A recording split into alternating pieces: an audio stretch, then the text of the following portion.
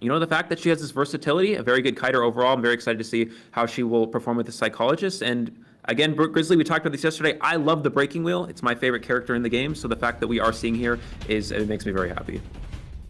And there we go. This team match is starting right here, and we can see Kapi already in the wheel form, already trying to figure out the first survivor to go for. And as you already pointed out, Psychologist might be a one-shot even with her ability, but we just have to see how these survivors will perform against Kapi's breaking wheel right here. He is just searching for the best target, and yeah, that's gonna be a very, very interesting first match of the day.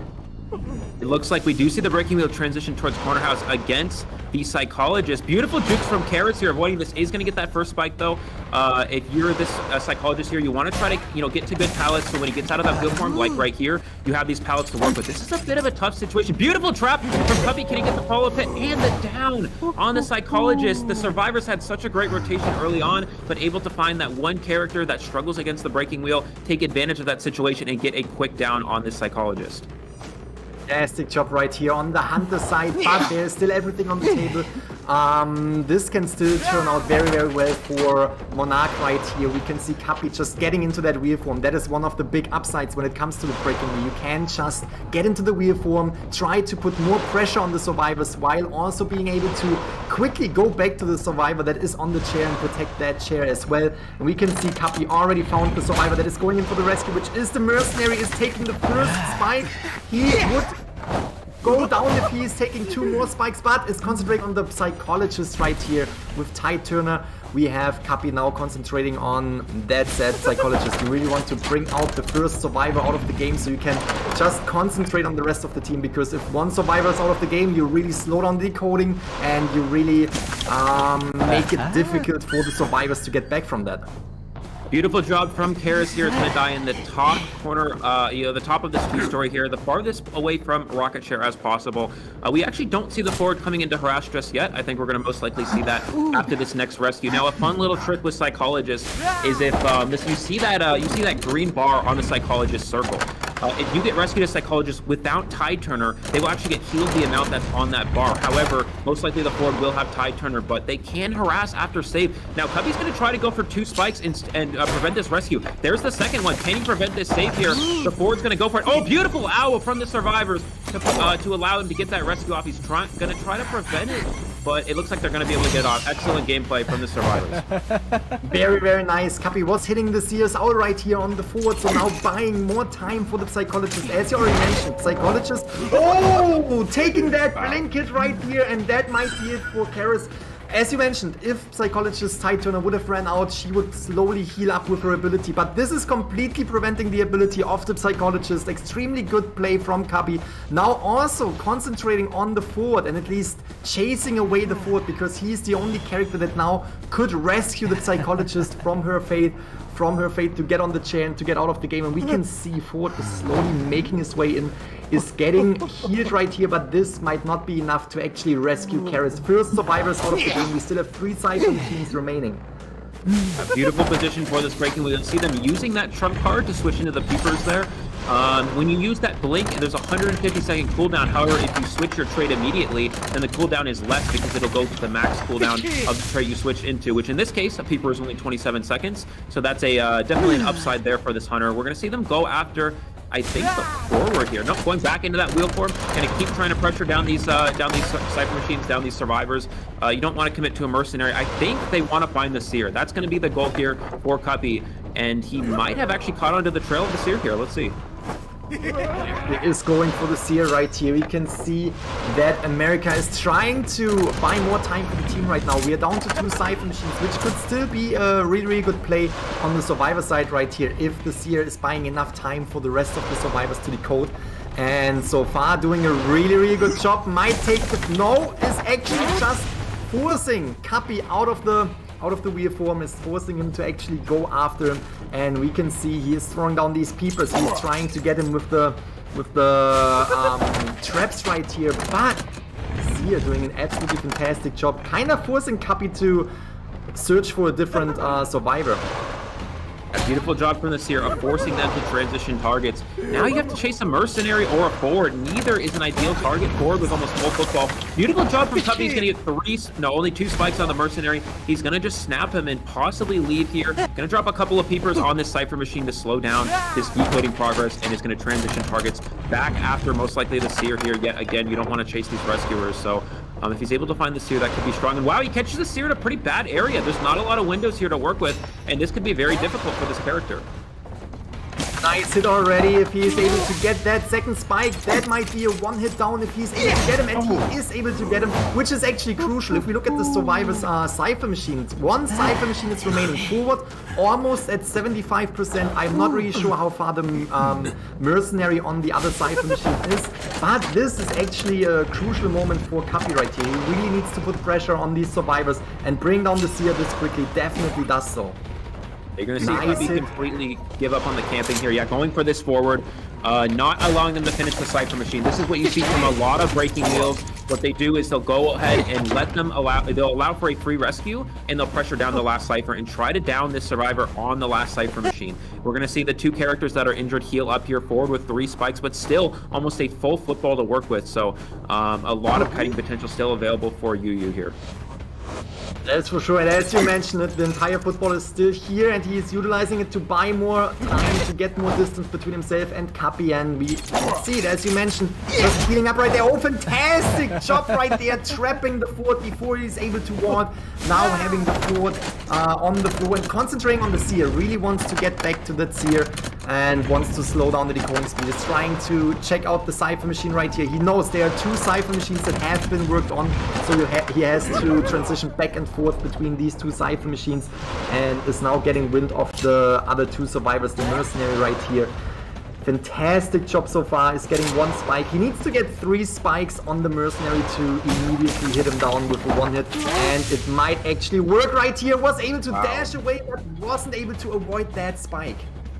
A beautiful game sense from Cuppy, acknowledging, I don't have time to keep chasing after this forward and actually chair them. He was able to get the down, but I'm going to drop a peeper on the forward, make them waste their self-heal, and they don't have it in the end game, which is very crucial. Breaking wheels often build to insolence, which means they also have the aftershock ability on the Persona web. And what that means is they can only self-heal to 60%. So that's kind of the game plan here for Cuppy. 2 spikes immediately on this Seer here. And again, pressuring down this last Cypher. He's not allowing them to finish it by any means here. Forward is going to get up, but that self-heal, I think, was expired, and it looks like, yeah, does find the forward instantly right after that, so Cuppy really on point here, but you have to keep in mind, the mercenary is working on that last Cypher, and now Cuppy's going to leave to go pressure it, but the corner house Cypher about 90% of the way done as well, so it's tough for Cuppy here. The survivors doing an excellent job of splitting up these last 2 Cyphers.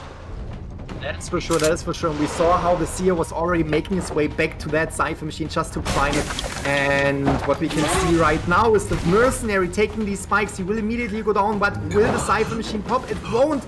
No, it popped, but not in time. Mercenary is on the chair right here. The last Cypher machine has been popped. You can see the rest of the 2 survivors, which is the Ford and the Seer, are splitting up on the exit gates. Ford is trying to get to that exit gate, while Seer was making his way towards maybe in the rescue, a potential rescue. Yeah, this is not as bad as it looks for Monarch, though. This Hunter is a breaking wheel. They most likely do not have detention, so they're going to be forced to get 2 spikes on this board before you can even commit to them. Mercenary will be able to take multiple hits. Oh, gets the spike up before he can football, and the trap on the forward to get the down. Cuppy knows this forward most likely does not have self-heal. He can drop a peeper here and just leave them on the ground. There's no need to waste time chairing the forward and go pressure this other exit gate. We see the Seer staying in the middle area here, and Cuppy has spotted him out. This is going to be very difficult for this character. Let's see what they can do. They're at a very strong window, so they can lose this for a little bit, but excellent utilization of the extended spikes there to get that first spike, and he will have the full presence to make this here one shot. Seer already has 3 spikes in it, and that's actually, oh, that's a really, really tough spot for the Seer right here. As you mentioned, he was trying to stay in the middle area where the dungeon is, and we can see that the mercenary is opening up that gate, but that's gonna be a really, really tough situation for Monarch right now. We have the Seer on the chair, which I think is already the 2nd time, and Ford, as you mentioned, can't heal himself up because he already did before, and now we have the situation where the mercenary is at the gate, but he can't really help either of his teammates, so he's most likely going in for the 1 survivor escape, because you don't want to give the opposite team the entire 5 points. You don't want to make this a 5-point game for the opposite team, but it seems like the Mercenary is actually trying to stay in the area just in case, but it's getting forced out. It's getting forced out of the gate. Yeah, the forward's going to try to crawl to the dungeon, but forward most likely does not have sticker, and I expect the survivors most likely to just surrender here. The forward, if they're getting kind of close to the dungeon, it's definitely a possibility, but I think Cuppy knows he can actually just go stand on top of the dungeon, wait for the forward to crawl up to them, and place them on the rocket chair again. The forward, no self-heal available, and there it is. He does see this character. There is a rocket chair nearby, and that is a 3-person elimination to get the upper hand for this first round. Yeah, absolutely. Now, something very interesting here is that we actually don't see Priestess. So Mechanic was banned. The survivors opted to not lock in the Priestess. And Nico banned Seer, and he still continued to give them the Priestess. And it looks like PPM wanting to go with a little bit of a different character lineup here. So that's very interesting. We are going to see the Graveyard spawn here from Nico, which means he's probably going to head straight over towards Corner House. And it looks like, oh, he might have found one of the survivors here. I think this is the Psychologist. And a quick statue hit on that Psychologist. Beautiful job from Nico. This is not a great area for the Psychologist. They're kind of caught in the open, which isn't necessarily bad against a Sculptor, but there's not a lot of pallets and windows to work with in compared to something like Corner House. Wow, another statue follow-up and the basic hit from Nico. Psychologist about to go down here. This is such a strong start for the Sculptor. And that can be a very, very dangerous area too. We have the Sculptor taking giving the hit right here and is actually following along with normal. The Psychologist is down. We have the basement right here too. As you already mentioned, we don't have a Priestess. A Priestess could have been very, very good for the Survivor side now when it comes to rescuing out of the basement. This is already an extremely strong play from Nico, having the Psychologist in the basement. And the question is, will the team now decide to just focus on decoding since this was such an early game knockout, or will they actually try to rescue? They could just leave the Psychologist in the basement up to the very, very last minute so they can focus on the rest of the decoding progress. And we can see that Nico really scaring away the Patient right now and forcing the survivors to get away from the basement.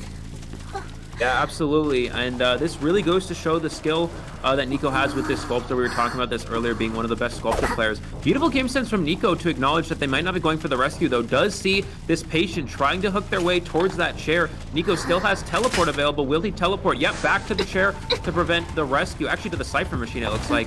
And I think Patient might not have enough time to get this save off, and it looks like he's going to be able to get a free hit.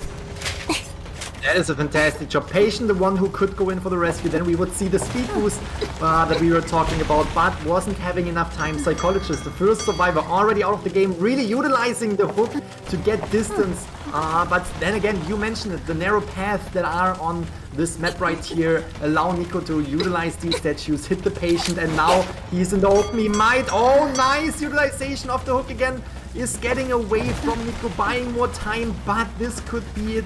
We're in a very, very tough spot right here. Statues are coming in and Patient is going down.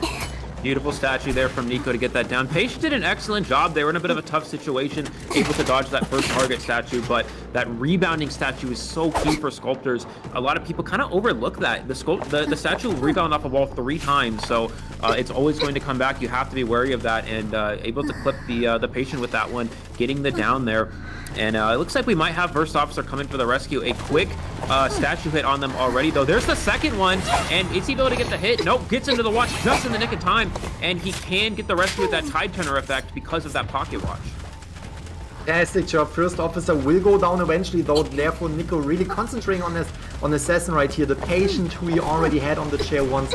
We can see the Cypher Machine progress is coming along pretty well. We get onto 2 Cypher Machines, but now we have the First Officer down. We might see the Patient. Oh, Patient that is having a little bit longer to live with the last effort, but is going down right there next to the basement. Probably, I would assume Nico is not bringing him to the basement because that would waste a lot of time for him, so he's just deciding to bring him on the chair right here and concentrate on the 2 survivors that are still alive. He saw the Cypher Machine wiggle and is now going for the only survivor that is still up and running, which is the Mind's Eye. First Officer has the chance to heal up, but again, we are still at 2 Cypher Machines. This is a really, really tough spot for the survivors. A beautiful game sense from Nico. He knows that there's no one that can go for the rescue besides this Mind's Eye. So if I teleport here, I will find the Mind's Eye because that's the only one that can be decoding. Beautiful move from Nico. Walking through that pallet is going to get the down on the Mind's Eye. First officer will heal, but nowhere near enough time to get any chance of a rescue off here. And it looks like that patient will be sent back to the manor here. Still 2 Cypher machines remaining, only 2 survivors left. This is looking like a 4-person elimination for Nico if he keeps up at this pace. This could immediately put Monarch in the lead here. This is exactly what we need to see. I'm not really surprised though. Again, we talked about Nico being such a strong sculptor player. Another beautiful statue there. All he needs is one more to get this follow-up. Mind's Eye has now used her self-heal, so if Nico at any point finds her later in the match, she will no longer be able to get up. There's the pocket watch. Can he get the hit in the watch? Gets the hit in the pocket watch as well. Excellent statues from this hunter. Just going to transition over to the Mind's Eye. As you already mentioned, this will be a back and forth to secure the 4 survival elimination. First officer already exhausted his self-heal and now concentrating on the Mind's Eye. As soon as the Mind's Eye is down, these 2 survivors can't get up anymore, and therefore Nico will just concentrate on picking them up, bringing them to the chairs, and the Mind's Eye is the one who can stay alive and tries to stay in the area of the dungeon. The thing is, the first officer is taking a long time to bleed out, and really waiting for the dungeon to open up is gonna be a difficult task, especially with only 1 chip damage left to go down. Looking around for this Mind's Eye, all you have to do is down the Mind's Eye, leave her on the ground, and then go find that first officer yet again. We do see the Mind's Eye doing a good job of hiding away from this hunter. Nico's still about tonight. Oh, has picked up Tinnitus now, so he may go ahead and use these target statues to locate the where the Mind's Eye might be hiding. And let's see if that's what he opts to do here. He's going to go around the backside of Graveyard. Does he catch sight of the Mind's Eye hiding behind this wall? I think he might have seen the trail here. Let's see if he's able to find her. Yep, there it is. He's going to be able to chase the Mind's Eye, get her down, and then he needs to go back for this first officer. Beautiful target statue again. No chance for this character, unfortunately, and he's going to place him on the rocket chair. And yeah, I guess first officer has wasted their self-heal already, so he's going to place the Mind's Eye on the chair. Yes, he was already exhausting his selfie. That's why you could just go for the Mind's Eye, concentrate on that Mind's Eye, because... I know Karis is an Acrobat player, has played a lot of Acrobat and been very successful with this character, but to see it early on in a tournament like this, a bit surprising. We would maybe see it in round 3, maybe round 4 in a later situation if it ever were to get to that. But it looks like we're going to have the statue spawn from this gamekeeper, which means he's going to rotate immediately towards this area that we call Forest or Hospital Gate. A survivor does spawn over here, and I believe it might be the Acrobat, so not a bad chase target for Cuppy if he's able to locate this character. Not a bad start right here at all, but Cuppy needs to get to these survivors extremely fast. We have the gamekeeper right here, who is not necessarily known as one of the meta characters, and is now trying to get for to get those survivors and trying to place down these traps in very convenient spots for himself. That could be a very, very difficult start if he's not able to chair a survivor extremely fast. Look at these traps, just placing them all around the hospital area, because the hospital area is one of the strongest kiting area for the survivors, and you really want to slow down these survivors and avoid them to kite you around for longer than needed. We're going to see the teleport from Cuppy here. Who does he find? It looks like this is the Priestess, so this is not a bad target here. He's going to set another trap here, trying to trap this Priestess in. Beautiful job from the Priestess to see that there's going to be... Oh, portaling into him, unfortunately, though, and that's going to allow for that first hit. We'll see if the Priestess can make her way towards the hospital area. That is the best kiting area for this character, but it looks like she's trying to stay in ruins here, going for yet another portal. Oh, and goes right back into him at this level, and he gets the down.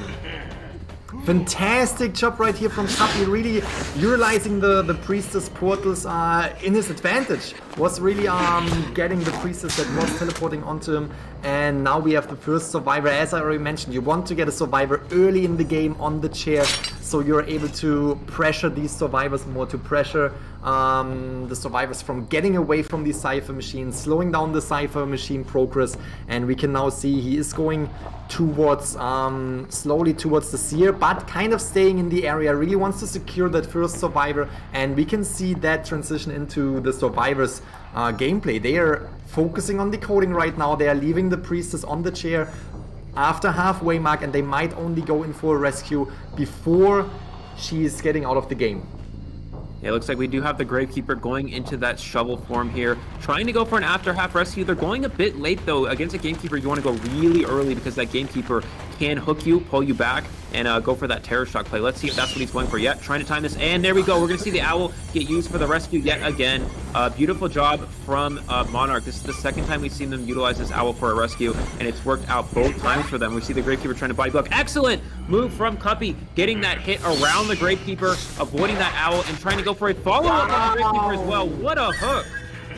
Fantastic job. Is focusing with the camera, you can see it is really focusing on the Priestess because you want to concentrate on that one survivor. You want to get the survivor out of there. But with the hook right here, really putting pressure on the Gravekeeper. Now Gravekeeper can't really go in for a rescue because he will go immediately down if he's taking that hook. He has to transition out. Oh, can't even go for the rescue because Priestess will be out of the game right away and is now being forced to get out of this area. 3 Cypher machines remaining. Fantastic job right here, teleporting towards the Acrobat.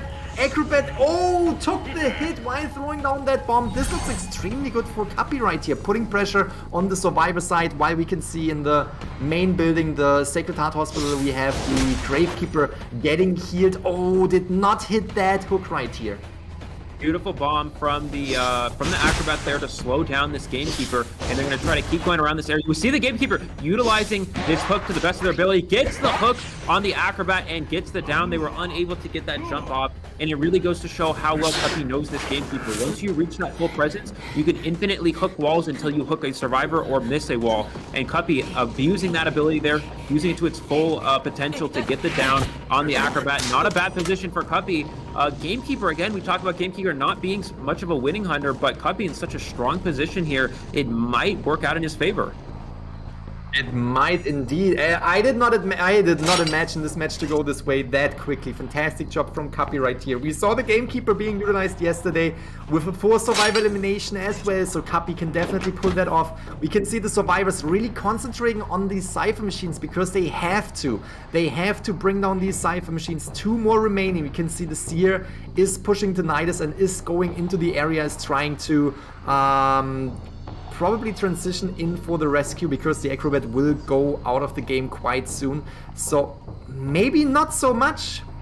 Maybe, oh no, he is transitioning in, and we can see the Gravekeeper who was finishing up that one Cypher machine is now transitioning out to get to the last Cypher machine.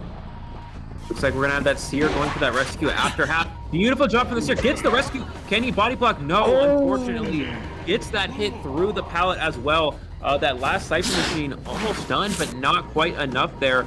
And it looks like the Acrobat being sent back to the manor here. 2 survivors remaining. There's still a chance for a 1 survivor escape here. But Cuppy in such a dominant position. If he could get a 4-person elimination here, that would put PBM in a beautiful position. Looks like he's going to tunnel after the Seer. Excellent trap setup as well. This is such a strong pallet that a lot of survivors like to utilize, and they're unable to do that here because that trap is set up.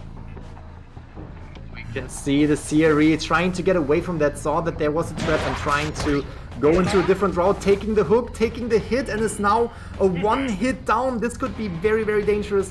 The first officer is getting pressured right here, really wants to slow down that decoding progress, is getting out of his skill and now has no skills left. Will be, if he is getting that hook, that might be extremely good for Cuppy.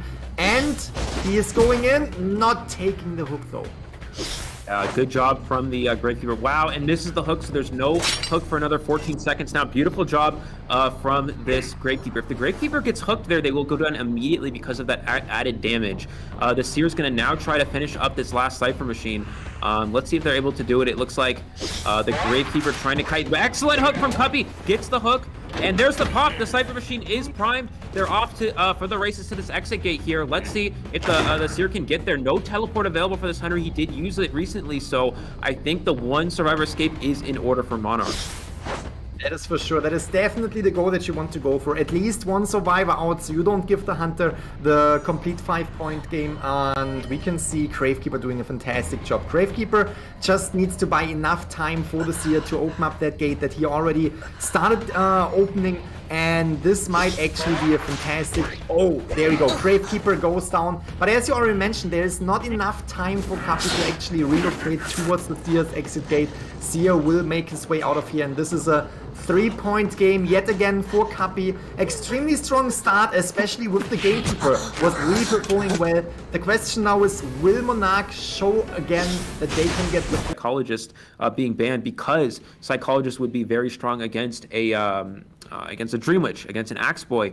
But against Breaking Wheel, we talked about this earlier, Grizzly, not as strong.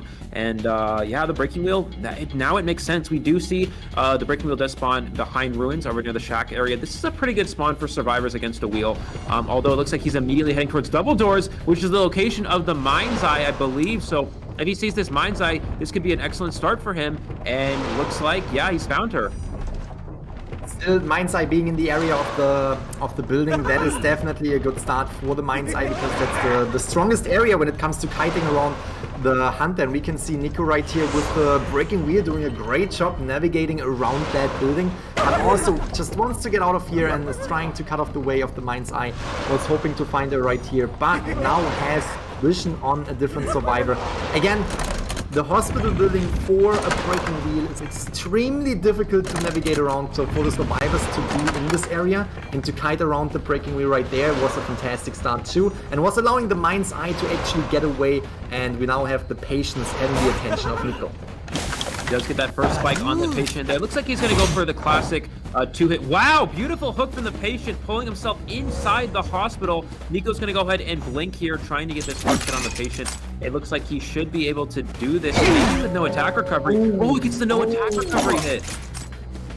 That is extremely strong, and we can see that the trap right here is slowing down the Patient. Patient is down, first survivor will be on the chair right here. Did a fantastic job, and we can see how Nico is putting him into a rocket chair that is better for him, that is just allowing him to, you know, concentrate more on these Cypher machines while he's also having the survivor on the chair, and is now transitioning out. We have seen, oh, what a prediction right here. We see Wanted Order is on Empty Moon, and therefore we have Nico just utilizing his spikes and getting that first spike on the first officer. If he is taking another spike, it might be very, very difficult for the first officer to actually pull off that rescue. Might see Nico get out of wheel form, gets the second spike there. He's going to get out here, try to get this double hit on the first officer. It looks like, nope, just going to go ahead and hit the Patient instead. Maybe he'll go for a snap on this officer to get that damage ability in, but you really don't want to lose that character. He's really going deep for this hit here, and yeah, isn't able to get it. Now he's forced to go back, going to use that snap to injure the first officer like we mentioned, and will now go look for this Patient. I think the Patient actually just used a hook there to create some distance, even with that high turner. Oh, gets a free hit on the Psychologist. Wow, unfortunately caught in a bit of a bad area. Beautiful game sense from Nico to acknowledge this character was here. Getting that extra damage down is so crucial with the Breaking Wheel character, and he's going to be able to put the Patient on the rocket chair for the second time. Fantastic job. Psychologist was just trying to, you know, get the attention of the Hunter, maybe get the attention away from the Patient, but Patient was laying there visible for Nico. Nico now having the Patient on the chair for the second time. This is definitely putting him into a really, really good situation, giving the second spike to the Psychologist right here. We talked about this. Psychologist is a really, really good target now, since she also already used her skill. She will go down immediately if this hits right here. We now have the Patient out of the game, since nobody was able to get in for the rescue. We have the Psychologist on the balloons, who will be the second survivor on the chair. We still have 2 Cypher machines remaining, but one of the 2 survivors needs to come in for the rescue very soon. We see the first officer already injured. That means the Mind's Eye might be the one who is coming in for a rescue. Beautiful game sense from Nico to acknowledge the only survivor in the vicinity was that Psychologist. No one else could perform a rescue there, so he, instead of camping, went after that Psychologist, cut them off from a distance, and was able to get an immediate 2 spikes on them to prevent any sort of rescue. We're seeing this strategy come up again, where the Breaking Wheel, instead of camping, is going to change targets to this other character, trying to down this Mind's Eye. Beautiful movements from this Mind's Eye, going down this hall to avoid the wheel form, and is able to kite out those extended spikes as well. It looks like the first officer continuing to decode, not going for any sort of rescue here. So this is going to be very challenging for PBM if they want to at least get 1 survivor out and tie up this round. Fantastic job from the Mind's Eye. We are down to 1 Cypher machine, and as we have seen this before, Mind's Eye was kiting around Nico in that building, before early game and is now doing the same. Now taking the first hit, taking the second spike when she's coming, when the real form is coming out of her, out of his form, and we can now see Mind's Eye being down. The first officer was not able to go in for the rescue. I am not sure how far that Cypher machine is been. Oh, it just started, so that is a very, very tough situation for the survivors because now it's going to be a back and forth between the first officer and the Mind's Eye. As soon as the Mind's Eye gets up and the first officer is down, we will see Nico going back to that Mind's Eye and basically exhausting both of their stealth heal abilities. But Empty Moon right here, the first officer, is on the dungeon, so that could still be a potential dungeon escape if Nico decides to put the Mind's Eye on the chair, but it could be a very, very difficult situation right here for PBM. Mind's Eye did use up that self heal. You see some beautiful controls from Nico. They're going back to this this area down here. Oh, they're gonna leave the pallet going in the open. This allows Nico to get this first spike on them. He's going to be able to use this full presence in the next 2 seconds. Here it is. All he has to do is snap this Mind's Eye for the down. He knows the Mind's Eye no longer has their self-heal. They just used it. All he has to do here, go back to this first officer, pick them up, put them on the chair, and this will be a full-person elimination. First officer does get up, though, staying alive. And beautiful blink from Nico to secure the last down on this Mind's Eye. That is a 4-person elimination. And Grizzly, that's moving.